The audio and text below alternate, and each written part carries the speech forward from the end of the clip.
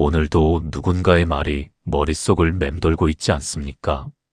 어제 회식 자리에서 상사가 던진 한마디. 별것 아닌 척 웃어넘겼지만 집에 돌아와 이불 속에서 그 말을 몇 번이고 되새겼을 것입니다. 내가 왜 그때 아무 말도 못했을까? 내가 정말 그런 사람인가? 잠은 오지 않고 시계는 새벽 2시를 가리키고 있습니다. 혹은 이런 장면일 수도 있습니다. 오랜 친구에게 연락을 했는데 읽었다는 표시만 뜨고 답장이 없습니다. 하루가 지나고 이틀이 지납니다. 내가 뭘 잘못했나? 저 사람이 나를 싫어하게 된 건가? 스스로를 검열하고 지난 대화를 다시 읽어보고 혹시 상처를 줬을 말을 찾아 헤맵니다. 정작 그 친구는 그냥 바빠서 답장을 못한 것일 수도 있는데 말입니다. 우리는 매일 이렇게 살고 있습니다. 타인의 시선에 맞춰 말을 고르고, 타인의 기분에 맞춰 표정을 바꾸고, 타인의 평가에 맞춰 나의 하루를 채점합니다. 그리고 밤이 되면 지쳐서 쓰러집니다. 무언가를 열심히 했는데도 공허합니다. 사람을 만났는데도 외롭습니다. 웃었는데도 슬픕니다. 왜일까요? 왜 우리는 이렇게 타인을 위해 살면서도 정작 아무에게도 인정받지 못한다는 느낌에서 벗어나지 못하는 걸까요? 오늘 이 이야기는 그 질문에서 시작합니다. 삶은 길지 않습니다. 아니, 정확히 말하면 우리는 그것이 얼마나 짧은지 모릅니다. 오늘 이 영상을 보고 있는 당신이 앞으로 몇 년을 더 살지 아무도 모릅니다. 당신도 모르고 저도 모릅니다. 그 짧고도 불확실한 시간을 우리는 지금 어디에 쏟고 있습니까? 본격적인 이야기를 시작하기 전에 한 가지만 부탁드립니다. 이 영상이 당신의 마음 어딘가를 건드린다면 지금 구독 버튼과 좋아요를 눌러주십시오. 이 이야기가 더 많은 사람에게 닿을 수 있도록 그것이 여러분이 해주실 수 있는 가장 작고도 큰 도움입니다. 자, 이제 시작하겠습니다. 사람들은 흔히 이렇게 말합니다. 나는 그냥 사람들과 잘 지내고 싶을 뿐이에요. 그 말은 반은 맞고 반은 틀립니다. 정확히는 이렇습니다. 우리는 사람들과 잘 지내고 싶은 것이 아니라 사람들에게 좋은 사람으로 보이고 싶은 것입니다. 그리고 그 두 가지는 완전히 다릅니다. 진정으로 잘 지내고 싶다면 우리는 때로 불편한 말도 할 수 있어야 합니다. 싫을 때 싫다고 말할 수 있어야 하고 틀렸을 때 틀렸다고 말할 수 있어야 합니다. 하지만 좋은 사람으로 보이고 싶다면 우리는 침묵해야 합니다. 참아야 합니다. 맞장구를 쳐야 합니다. 웃어야 합니다. 우리 대부분은 후자를 선택하며 살아왔습니다. 왜 그렇게 되었을까요? 심리학은 이것을 승인 욕구 어프루벌 시킹라고 부릅니다. 인간은 근본적으로 집단 속에서 살아남아야 했던 동물입니다. 무리에서 쫓겨나는 것은 곧 죽음을 의미했습니다. 그 생존 본능이 현대인의 뇌 속에 여전히 각인되어 있습니다. 타인에게 거부당하는 것, 집단에서 소외되는 것, 그것이 뇌에는 실제 물리적 위협과 비슷한 공포 신호로 인식됩니다. 그러나 문제는 그 본능이 지금 이 시대에는 맞지 않는다는 데 있습니다. 우리는 더 이상 생존을 위해 특정 집단에 소속되어야 하는 시대에 살고 있지 않습니다. 상사가 나를 싫어해도 나는 죽지 않습니다. 친구가 답장을 늦게 해도 나는 굶지 않습니다. 그런데도 뇌는 그것을 위기로 받아들입니다. 그리고 우리는 그 오래된 본능에 끌려다닙니다. 여기에 두 번째 함정이 있습니다. 바로 보상 심리입니다. 우리는 내가 타인에게 잘해주면 타인도 나에게 잘해줄 것이라고 믿습니다. 내가 먼저 양보하면 상대도 언젠가는 양보해줄 것이라고, 내가 참으면 상대도 그것을 알아볼 것이라고. 이것은 거래의 논리입니다. 관계를 투자와 회수의 프레임으로 보는 것입니다. 그러나 인간관계는 시장이 아닙니다. 내가 100을 줬다고 해서 상대가 100을 돌려주는 일은 거의 일어나지 않습니다. 아니, 그보다 더 근본적인 문제가 있습니다. 내가 100을 줬다는 사실을 상대는 아예 인지조차 하지 못할 수도 있습니다. 그 기대가 어긋났을 때 우리는 배신감을 느낍니다. 분노합니다. 억울합니다. 내가 이렇게 해줬는데 하는 그 감정, 그것이 바로 보상 심리가 만들어낸 고통입니다. 세 번째는 정의감에 덫입니다. 우리는 종종 이렇게 생각합니다. 저 사람이 틀렸다. 내가 맞다. 나는 옳은 것을 말하고 있고 저 사람은 잘못된 것을 하고 있다. 이 정의감은 때로 진짜이기도 합니다. 하지만 문제는 그 정의감을 반드시 관철시키려 한다는 데 있습니다. 상대를 설득해야 하고 상대가 틀렸다는 것을 인정받아야 하며 나의 옳음이 증명되어야만 한다고 느낍니다. 그 싸움은 대부분 이깁니다. 그러나 관계는 잃습니다. 그리고 가장 잔인한 진실은 그 모든 것을 이기고도 우리는 행복하지 않다는 것입니다. 승인을 얻었어도, 기대한 보상을 받았어도, 논쟁에서 이겼어도 마음속 어딘가에는 여전히 공허함이 남습니다. 왜냐하면 그 모든 것이 나를 위한 것이 아니라 타인의 시선 속에 나를 위한 것이었기 때문입니다. 진짜 나는 그 어디에도 없었습니다. 이 질문은 어제 오늘의 것이 아닙니다. 인류의 가장 뛰어난 정신들이 수천 년 동안 이 문제를 붙들고 씨름해 왔습니다. 그들의 말을 지금 이 시대에 꺼내어 읽으면 놀랍도록 현재적입니다. 마치 그들이 현대의 SNS를 알고 직장 내 눈치 싸움을 알고 일십의 공포를 알고 있었던 것처럼. 첫 번째 목소리 마르쿠스 아우렐리우스. 로마의 황제이자 철학자였던 마르쿠스 아우렐리우스. 그는 역사상 가장 강력한 권력을 가진 사람 중 하나였습니다.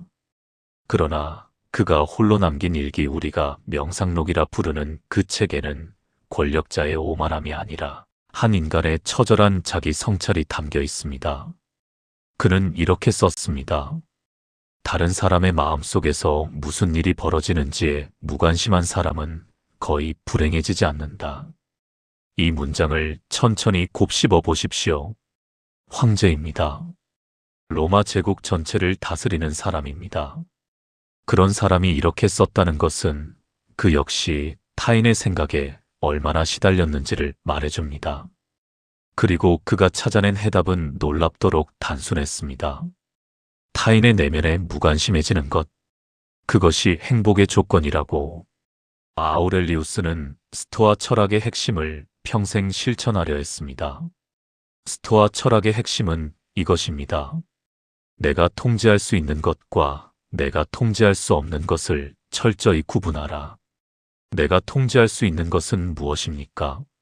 나의 생각, 나의 판단, 나의 행동입니다. 내가 통제할 수 없는 것은 무엇입니까? 타인의 말, 타인의 감정, 타인의 평가입니다.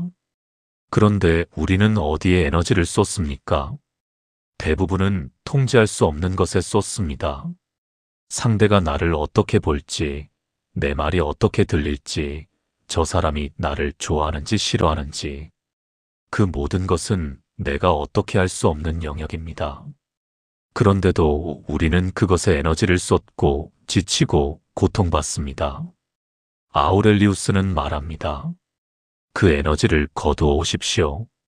당신이 통제할 수 있는 것에 집중하십시오. 그것이 철학이고 그것이 자유입니다. 그가 또 남긴 말이 있습니다. 죽음을 앞에 두고 생각해보라. 지금 당신을 불안하게 만드는 것들이 과연 그만한 가치가 있는가? 황제조차도 죽음을 명상했습니다. 메멘토 모리 미멘토 모리 죽음을 기억하라. 이것은 단순한 공포가 아닙니다. 오히려 역설적으로 죽음을 직시할 때 비로소 삶의 우선순위가 선명해집니다. 지금 이 순간 나를 갉아먹는 타인의 말 한마디 죽음 앞에서도 그것이 중요합니까? 그 질문이 우리를 자유롭게 합니다. 두 번째 목소리 알베르 카미. 20세기 프랑스의 작가이자 철학자 알베르 카미. 그는 인간 존재의 부조리를 정면으로 응시했습니다. 그가 제시한 가장 유명한 이미지는 시지프입니다. 그리스 신화의 시지프는 신들의 벌로 커다란 바위를 산 위로 굴려 올려야 합니다. 그러나 꼭대기에 닿는 순간 바위는 다시 굴러 내려옵니다. 그는 영원히 그 일을 반복해야 합니다. 끝없는 무의미한 노동. 이것이 카미가 바라본 인간의 삶입니다. 그런데 카미는 여기서 놀라운 말을 합니다. 시지프는 행복하다고 상상해야 한다. 이 말은 허무주의가 아닙니다. 오히려 그 반대입니다. 카미는 이렇게 말하는 것입니다. 삶에 궁극적 의미가 없다는 사실을 인정하고 나면 우리는 비로소 자유로워진다고. 누군가에게 인정받기 위해, 어떤 목표를 달성하기 위해, 타인의 기준에 맞추기 위해 살아야 한다는 강박에서 벗어날 수 있다고. 현대인의 삶에 대입해 봅시다. 우리는 종종 이렇게 생각합니다. 이 관계가 잘 되어야 한다. 이 사람이 나를 인정해줘야 한다. 내 삶이 어떤 형태를 갖춰야 한다. 그 해야 한다는 강박이 우리를 조입니다. 카미는 말합니다. 그 당위를 내려놓으십시오. 바위가 굴러 내려와도 다시 올라가면 됩니다. 그 순간 자체를 사는 것, 그것이 반항이고 자유이며 행복입니다. 그가 소설 이방인에서 그려낸 메르소라는 인물은 철저히 타인의 시선에서 자유로운 사람입니다. 그는 사회가 요구하는 감정 연기를 거부합니다. 슬퍼야 할 때 슬프지 않으면 슬프지 않다고 합니다. 그리고 그 때문에 세상에 의해 단죄됩니다. 카미는 그것을 통해 묻습니다. 우리가 진짜 두려워해야 할 것은 타인의 판단입니까? 아니면 자기 자신을 잃어버리는 것입니까? 세 번째 목소리, 에픽테토스. 스토아 철학의 또 다른 거인, 에픽테토스는 노예였습니다. 철학사에서 가장 극적인 존재 중 하나입니다. 모든 외적 자유를 빼앗긴 사람. 몸은 주인의 것이지만 정신만은 아무도 건드릴 수 없었습니다. 그가 남긴 말입니다. 사람들을 불행하게 만드는 것은 사건 자체가 아니라 그 사건에 대한 그들의 판단이다. 이 문장은 2000년이 지난 지금도 날카롭습니다. 상사가 나를 무시했습니다. 그 사건 자체가 나를 고통스럽게 하는 것이 아닙니다. 상사가 나를 무시했다. 나는 무능한 사람이다. 나는 인정받지 못하고 있다. 나의 삶이 잘못되고 있다는 식으로 이어지는 나의 해석이 고통을 만드는 것입니다. 사건과 해석 사이에는 틈이 있습니다. 에픽테토스는 말합니다. 그 틈을 넓히십시오. 사건이 일어나고 즉각 반응하는 것이 아니라 잠시 멈추고 묻는 것입니다. 이것이 나의 통제 안에 있는가? 내가 반응할 가치가 있는가? 이 고통이 내 선택인가? 그리고 이 질문은 삶의 유한성과 연결됩니다. 에픽테토스는 제자들에게 이렇게 말했습니다. 당신이 사랑하는 것들에게 입을 맞출 때 그것이 마지막일 수도 있다는 것을 기억하라. 이것은 비관주의가 아닙니다. 오늘 저녁 사랑하는 사람과 나누는 대화가 마지막일 수도 있다는 것을 알면 우리는 그 대화에서 시시한 논쟁을 하지 않을 것입니다. 상대의 작은 실수에 화를 내지 않을 것입니다. 그 사람이 거기 있다는 것 자체를 소중히 여길 것입니다. 죽음의 가능성이 삶을 진하게 만듭니다. 세 철학자가 공통적으로 가리키는 것. 마르쿠스 아우렐리우스, 카미, 에픽테토스. 그들은 서로 다른 시대에 서로 다른 방식으로 말했지만 결국 같은 곳을 가리키고 있습니다. 삶은 짧고 우리는 그것이 얼마나 짧은지 모릅니다. 그 한정된 시간 속에서 우리는 선택해야 합니다. 타인의 판단 속에서 살 것인지, 나 자신의 기준으로 살 것인지를. 타인의 시선은 내가 통제할 수 없습니다. 하지만 내가 무엇을 중요하게 여기는가, 오늘 하루를 어떻게 쓸 것인가, 그것은 내 손 안에 있습니다. 그 선택을 미루다가 시간이 다 가버릴 수도 있습니다. 철학은 아름답습니다. 그러나 철학만으로는 충분하지 않습니다. 월요일 아침 다시 그 사무실로 들어서는 순간 어제 읽은 철학책은 멀리 느껴집니다. 이론을 삶으로 끌어내리는 것, 그것이 진짜 실천입니다. 지금부터 구체적인 방법을 이야기하겠습니다. 첫 번째, 반응의 시간을 3초 늘려라. 누군가 당신을 자극합니다. 상처 주는 말을 합니다. 그 순간 우리의 뇌는 즉각 반응하려 합니다. 그것이 생존 본능입니다. 그러나 그 즉각적인 반응이 대부분의 갈등을 만들어냅니다. 지금부터 3초를 확보하는 연습을 하십시오. 상대가 말을 끝냈을 때 바로 대답하지 않습니다.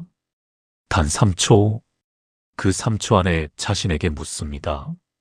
이것이 내가 에너지를 쓸 가치가 있는 말인가? 대부분의 경우 그 3초 안에 이미 알게 됩니다. 저 말은 상대의 불안이 튀어나온 것이다. 저 말은 저 사람의 피곤함이다. 저 말은 나와 상관없는 저 사람의 이야기다. 그 인식 하나가 감정의 소용돌이를 막습니다. 3초는 아주 짧습니다. 그러나 그 3초가 후회할 말을 삼키게 하고 불필요한 감정 소비를 막아줍니다. 더 나아가 그 3초가 습관이 되면 당신은 어떤 상황에서도 흔들리지 않는 사람이 됩니다. 상대가 거칠수록 당신의 침묵은 더 강력합니다. 두 번째, 내 이야기인가, 저 사람의 이야기인가를 구분하라. 심리학자 미겔 루이스는 이렇게 말했습니다. 타인이 당신에게 하는 말은 대부분 그들 자신에 관한 이야기다. 당신에 관한 이야기가 아니다. 이것을 개인화하지 않기 DONT Take It Personally라고 합니다. 누군가 당신에게 퉁명스럽게 말했습니다. 당신은 즉시 생각합니다. 내가 뭘 잘못했나? 저 사람이 나를 싫어하는 건가? 하지만 실제로는 그 사람이 오늘 아침 배우자와 싸웠을 수도 있고, 몸이 아플 수도 있고, 직장에서 극심한 스트레스를 받고 있을 수도 있습니다. 사람은 자신의 내면 상태를 타인에게 투사합니다. 배가 고프면 짜증이 납니다. 불안하면 타인을 통제하려 합니다. 자존감이 낮으면 타인을 깎아내립니다. 그 모든 것이 당신을 향한 말처럼 들리지만 실제로는 그 사람 자신의 이야기입니다. 오늘부터 이 질문을 습관으로 만드십시오. 이것이 내 이야기인가? 저 사람의 이야기인가? 대부분의 경우 당신의 이야기가 아닙니다. 그것을 알면 받아들이지 않을 수 있습니다. 마치 우산을 쓰듯 그 말이 당신 위로 흘러떨어지도록 내버려 둘 수 있습니다. 세 번째, 기대치를 선물로 바꿔라. 우리가 관계에서 고통받는 가장 큰 이유 중 하나는 기대입니다. 내가 이만큼 해줬으니 상대도 이만큼 돌아와야 한다는 기대. 그 기대가 어긋날 때 상처가 됩니다. 기대를 완전히 없애라는 말이 아닙니다. 그것은 불가능합니다. 대신 기대의 구조를 바꾸십시오. 내가 상대에게 무언가를 할 때 그것을 투자가 아닌 선물로 여기십시오. 선물에는 회수 기대가 없습니다. 내가 이 사람을 위해 이 일을 한다 돌아오는 것이 없어도 좋다. 이것이 내가 선택한 것이다. 이 전환은 단순해 보이지만 혁명적입니다. 선물을 준 사람은 상처받지 않습니다. 투자를 한 사람이 배신당했다고 느낍니다. 당신이 누군가에게 시간을 내어줄 때, 친절을 베풀 때, 마음을 써줄 때, 그것이 당신의 선택이라면 상대가 어떻게 반응하든 당신의 마음은 깨끗합니다. 물론 그 선물을 계속 무시하는 사람이라면 그것은 다른 이야기입니다. 그 사람과의 관계를 제고할 신호일 뿐 상처받을 이유는 없습니다. 네 번째, 좋은 사람이 되려는 강박을 내려놓아라. 우리는 어린 시절부터 착하게 굴어야 한다. 남에게 폐를 끼치면 안 된다. 싸우지 말고. 양보해야 한다는 말을 들으며 자랐습니다. 그것이 잘못된 말은 아닙니다. 그러나 그것이 강박이 되면 우리는 자신을 지우는 방식으로 착해집니다. 싫어도 싫다고 못합니다. 불편해도 괜찮다고 합니다. 상처받았어도 아무렇지 않은 척합니다. 그리고 그 눌린 감정들이 언젠가 한꺼번에 터집니다. 혹은 내면에서 썩어갑니다. 좋은 사람은 자신을 지워가며 만들어지는 것이 아닙니다. 자신을 지키면서도 타인을 배려하는 것, 그것이 진짜 좋은 사람입니다. 그리고 그러기 위해서는 때로 아니오라고 말할 수 있어야 합니다. 거절은 무례한 것이 아닙니다. 거절은 나의 한계를 솔직하게 말하는 것입니다. 그것이 오히려 관계를 더 건강하게 만듭니다. 늘 예스만 하는 사람은 결국 지쳐서 관계를 끊어버립니다. 하지만 솔직하게 이건 어렵다고 말하는 사람은 오래 곁에 있을 수 있습니다. 오늘부터 작은 것부터 시작하십시오. 원하지 않는 술자리를 한번 거절해 보십시오. 하고 싶지 않은 부탁을 한번 정중히 사양해 보십시오. 그것이 관계를 무너뜨리지 않습니다. 오히려 당신을 더 진짜로 만들어줍니다. 5번째, 죽음을 하루에 한 번 생각하라. 이것이 가장 낯선 조언처럼 들릴 수도 있습니다. 그러나 역사상 가장 행복하게 살았던 사람들 중 많은 이들이 이 습관을 가지고 있었습니다. 아침에 눈을 뜨면 혹은 잠들기 전에 단 한 가지를 생각해 보십시오. 오늘이 마지막 날이라면 나는 지금 무엇을 하고 있겠는가? 이 질문은 즉시 삶의 우선순위를 재정렬합니다. 오늘 상사의 말 한마디가 그렇게 중요합니까? 오늘 친구의 답장 하나가 그렇게 절박합니까? 오늘 SNS에서 몇 명이 내 게시물에 좋아요를 눌렀는지가 그렇게 긴박합니까? 마지막 날이라면 우리는 그것들을 신경 쓰지 않습니다. 마지막 날이라면 우리는 사랑하는 사람의 눈을 바라볼 것입니다. 오늘 해가 지는 것을 볼 것입니다. 오래 미뤄온 말을 꺼낼 것입니다. 그 일들이 진짜 중요한 것들입니다. 그런데 우리는 그 마지막 날이 언제인지 모릅니다. 오늘일 수도 있고 50년 뒤일 수도 있습니다. 그 불확실성을 공포로 만들지 마십시오. 오히려 그것을 나침반으로 만드십시오. 언제 죽을지 모르니 지금 이 순간을 진짜로 살겠다. 그 결심이 삶을 완전히 바꿉니다. 6번째, 깨어있는 거리두기를 연습하라. 마지막은 관계로부터의 거리두기입니다. 그러나 이것은 냉담해지거나 인간관계를 끊으라는 말이 아닙니다. 깨어있는 거리두기란 이것입니다. 상대에게 마음을 주되 상대의 감정에 압도되지 않는 것. 함께하되 그 관계가 나의 전부가 되지 않도록 하는 것. 비유를 들겠습니다. 바닷가에 서 있는 사람을 상상해 보십시오. 파도가 옵니다. 2가지 반응이 있습니다.